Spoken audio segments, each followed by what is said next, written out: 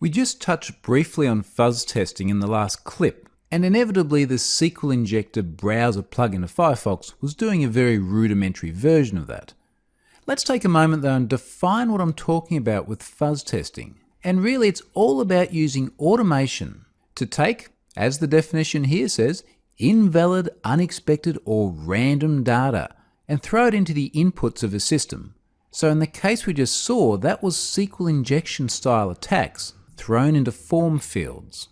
Let's take just a moment to have a look at some of the typical payloads that you might use when fuzz testing for SQL injection risks. What you're looking at here comes from the FuzzDB project over on Google Code, and inevitably a lot of this should now be familiar to you. So you'll see a bunch of tautologies, everything from the very classic 1 equals 1 through to other equivalencies using letters or less common patterns. So think about the previous module on evasion techniques.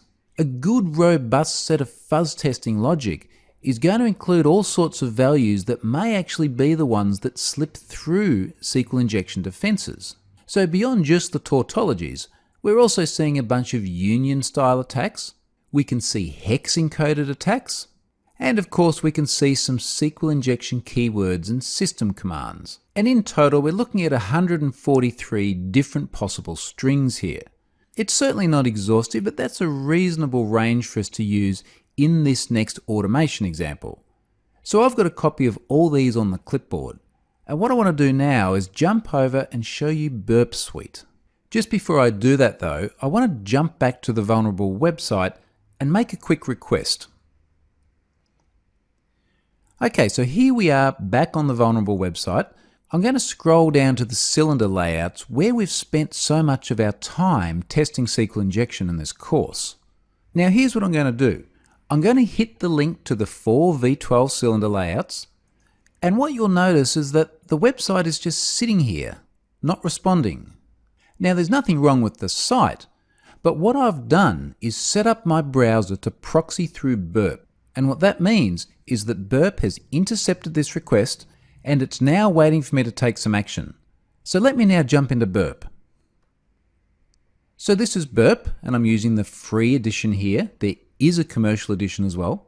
And the thing about Burp is it makes it very easy to proxy your browser traffic, intercept the request, manipulate it, and then fuzz test the resource that that request was being sent to. Now we can see the proxy tab up the top here has gone orange. So let's jump into that. And then here we can see the request that we just issued from the browser. So in fact, you can see here that it's a GET request. And of course, it's going to cars by cylinders with the query string parameter of cylinders equals V12. Now we've also got all the other request headers here. And what Burp has done is highlighted every section here which it thinks might be suitable for some fuzz testing. So effectively, it's all the input parameters, so V12 on the cylinders value, and it's all the cookie values as well. Now here's what I'm going to do. I'm going to jump over to Action, and I'm going to send to Intruder. Now when we do that, the Intruder tab goes orange. I'm going to jump over to Intruder. We can see the host represented here and the fact that we're talking to it over port 80. I'm going to go to Positions, and what we see now is every one of those pieces of untrusted data being highlighted in orange.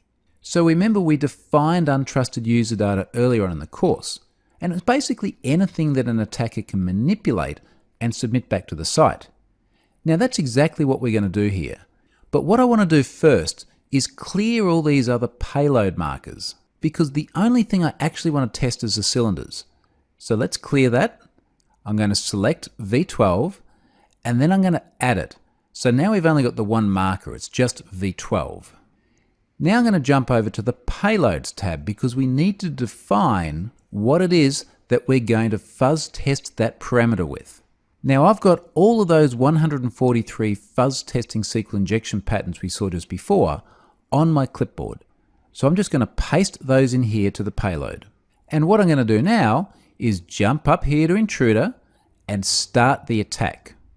I'm getting a little warning here about the free version. It is going to be time throttled, as well as having some other functionality disabled.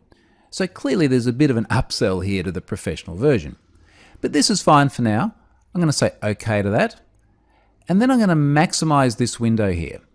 Now we'll see one request here with a comment of baseline request. So this is just a request exactly as I issued it from the browser.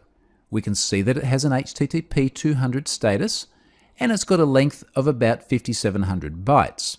We can also see a number of other requests now appearing, and effectively each one of these requests is a test for the pattern that we saw before on the fuzz test slide. And we can see that these tests are now returning sometimes different status codes and sometimes different lengths. Down the bottom left-hand corner of the page, we can see the progress. So we can see the full 143 tests there still ongoing. Here's what I want to do though. I want to have a look at just a couple of specific requests, and in particular at the responses. So I'm just going to pause this attack for now because I'm just going to use the first few results to demonstrate what we've actually gotten out of this process. And I'm going to start by looking at this first request here, at least the first one after the baseline request. Now when I select this request, we can see some tabs below, and it's defaulted to the request and to the raw request. And this is basically just what we saw before, the only difference being that the cylinders parameter has now got that SQL injection attack in it. So this is the pattern that we are fuzzing in this request. Now if we go and take a look at the params tab, we'll see that represented a little bit more clearly. So all the cookies are the cookies from before, but there's this URL value which is our SQL injection test. What I really want to look at now though is the response, because I'm a little bit interested as to why this response is only just under 4K. So that's actually quite a bit smaller than our baseline request. And really this is the whole point of fuzz testing, trying to see which requests are causing the page to behave differently. So what I mean by differently is things like a status that isn't 200 or a response length that's very different to the original one. So the response defaults to the raw response, but for the sake of legibility, let's jump over to the render response because this is going to show us what the actual web page looks like. And if we scroll down a little bit here, we'll actually see that this is the entire page. There's no CSS or nice styling, but we can clearly see our attack pattern repeated at the top of the page. So remember, this is where you'd normally see something like V12 engine layouts, and then that's it. So basically what's happened here is that there hasn't been a successful SQL injection attack. The underlying database query has returned no results, and the page is just reflecting the input. I'm a little bit more interested in this second request though, because we can see that that has an HTTP 500 response and quite a large response body. And if I click on this, we can see that the render is now actually reporting a server error. So this is effectively confirmed error-based SQL injection, in part because we can see it's an internal exception, and in part because the exception details do actually disclose that it is a SQL exception type. So this result here says to me, this is something that we want to investigate further. So that's a good fuzz test result. Let's pick one more example, because down here on request number 6, we're getting an HTTP 200, but we're also getting a response size that's sort of partway between our baseline request and the exception we just saw on the 500 response. Let's have a look at this one. Now I'm going to slowly scroll through these results, and what we're actually seeing here is the Agera R, the GTR, the Wayera, La Ferrari, and in fact if we keep going, we'll see we've got all 10 results. So what this is telling us is that the SQL injection payload, which we can clearly see is a tautology, is returning all 10 vehicles, not just the 4 V12s.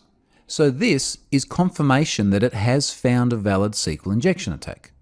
Now of course, you still need to go and do something with this. This isn't actually getting data out of the system. It's enough to confirm there's a risk, but it's always nice when you can actually demonstrate the exfiltration of data.